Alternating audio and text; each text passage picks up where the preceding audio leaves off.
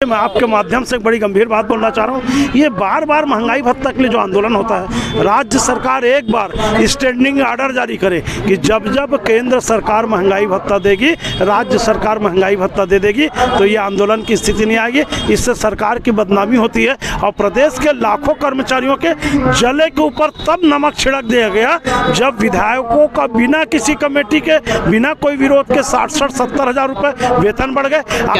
छत्तीसगढ़ के इतिहास में पहली बार ऐसा आंदोलन हो रहा है जब 80 से ज़्यादा कर्मचारी अधिकारी संगठन एकजुट होकर के आंदोलित हो रहे हैं। निश्चित रूप से छत्तीसगढ़ के सारे कार्यालय बंद हैं। आज दूसरे दिन भी हम पूरे प्रदेश में की बात करें, सूरजपुर से सुकमा की बात करें, मैं स्वयं प्रांताध्यक्ष छत्तीसगढ़ प्रदेश संयुक्त शिक्षक संघ से हूँ, कोंडागांव से चल के आया हूँ। हर धरना स्थल पर चमाचम भीड़ है।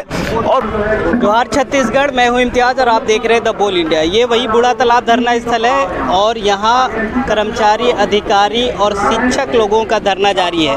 ये महंगाई भत्ता को लेकर है। आज इनका दूसरा दिन है। हम इनसे जानने का प्रयास करेंगे क्योंकि लगातार कल पूरा काम कार्यालयों में ठप रहा है।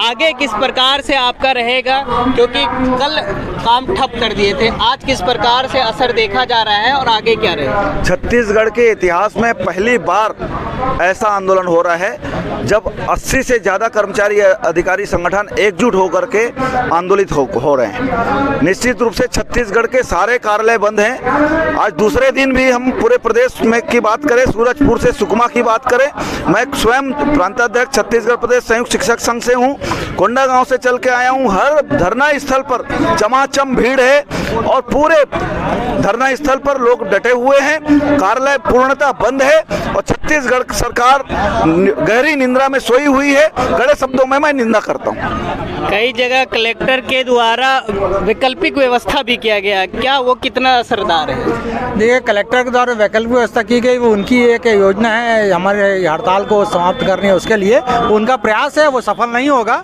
हमारे जितने भी अधिकारी कर्मचारी है, जो लोग हैं, वो उनको अपने हड़ताल में उपस्थित होने के लिए कह रहे हैं और हमारे अधिकारी जो है और कर्मचारी साथी हैं, वो जाकर दफ्तरों को बंद भी कर रहे हैं। कल भी ऐसी योजना लाई गई थी, उसका हमने विरोध किया और उन सभी कार्यालयों बंद कराया है।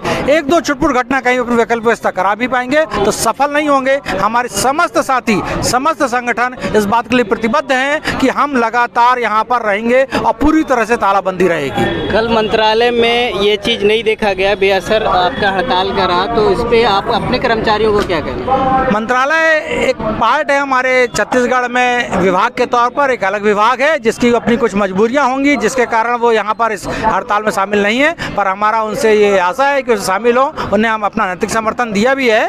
और हमारे मंत्रालय और संचालनालय के बहुत सारे साथी जो विभाग के अन्य कर्मचारी हैं, वो इसमें शामिल हैं और कल इंद्रावती गेट के सामने प्रदर्शन भी किया था। तो एक तरह से देखा जाए तो मंत्रालय में केवल 20% भाग ही जो क्रियाशील है, शेष 80% भाग वहाँ पर निष्क्रिय हो चुका है और पूरे प्रदेश में तो बंद है ही। यहाँ पर हम इनसे ये भी जानने का प्रयास करेंगे कि आगे किस प्रकार से, आगे आपकी रणनीति क्या रहेगी?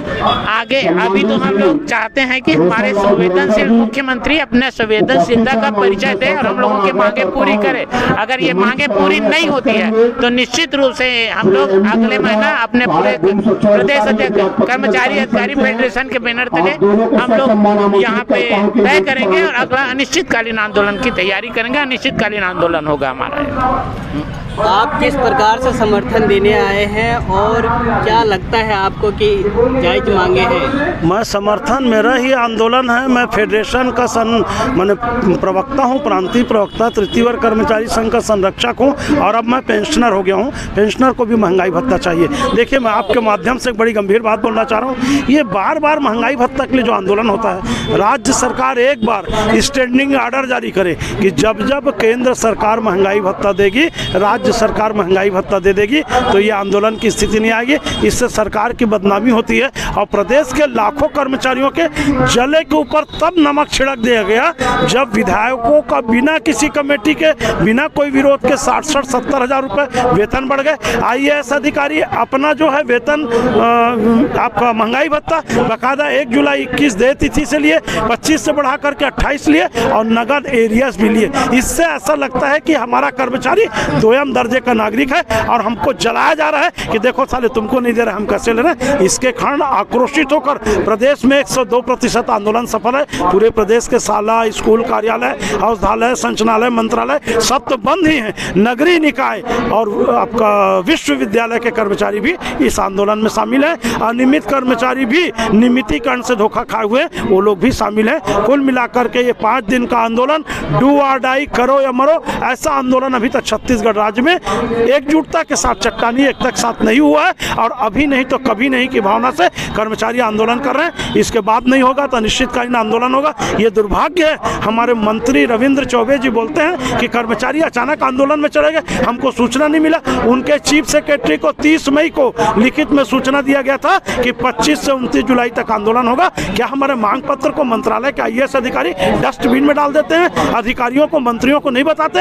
ये एक प्रश्न चिन्ह है। हमारे मंत्री को नहीं मालूम कि ऐसा क्यों कि अधिकारियों का जो महंगाई भत्ता है वो बढ़ जाता है और कर्मचारियों को नहीं बढ़ पाता है। भैया वो लोग खुद अपना फाइल लिखने वाले हैं। महिलाएं खाना बनाती तो पहले खुद खा लेती, वही स्थिति है। वो देने वाले हैं, खुद पहले ले लेते हैं और हमारे बारे में पैसा नहीं है। वित्तीय संकट है। अरे बूढ़ा तालाब को चौथी बार सजाया जा रहा है। 34 करोड़ रुपया लगा के इस बूढ़ा तालाब को जींस टॉप पहना के जवान बनाया जा रहा है। मिस एप्रोप्रिएशन ऑफ मनी, सरकार के पैसे का जो दुरुपयोग है। 200 करोड़ के सामान को 500 करोड़ में खरीद रहे हैं। आज देखिए सब विरोध हो रहा है। पैसा है, देने की इच्छा नहीं है, वादा खिलाफी है, इसलिए कर्मचारी आंदोलन कर रहे हैं। इनका कहना साफ है कि अधिकारी, नेता अपने अगर वेतन बढ़ाना हो, पेंशन बढ़ाना हो तो तुरंत बढ़वा लेते, लेकिन कर्मचारियों के लिए, शिक्षकों के लिए उनके पास इतना वक्त नहीं है, इतना समय नहीं है या कोई फंड नहीं है जिसके हिसाब से उनका महंगाई भत्ता बढ़ाया जाए। आप देखते रहे द बोल इंडिया, मैं हूं इम्तियाज।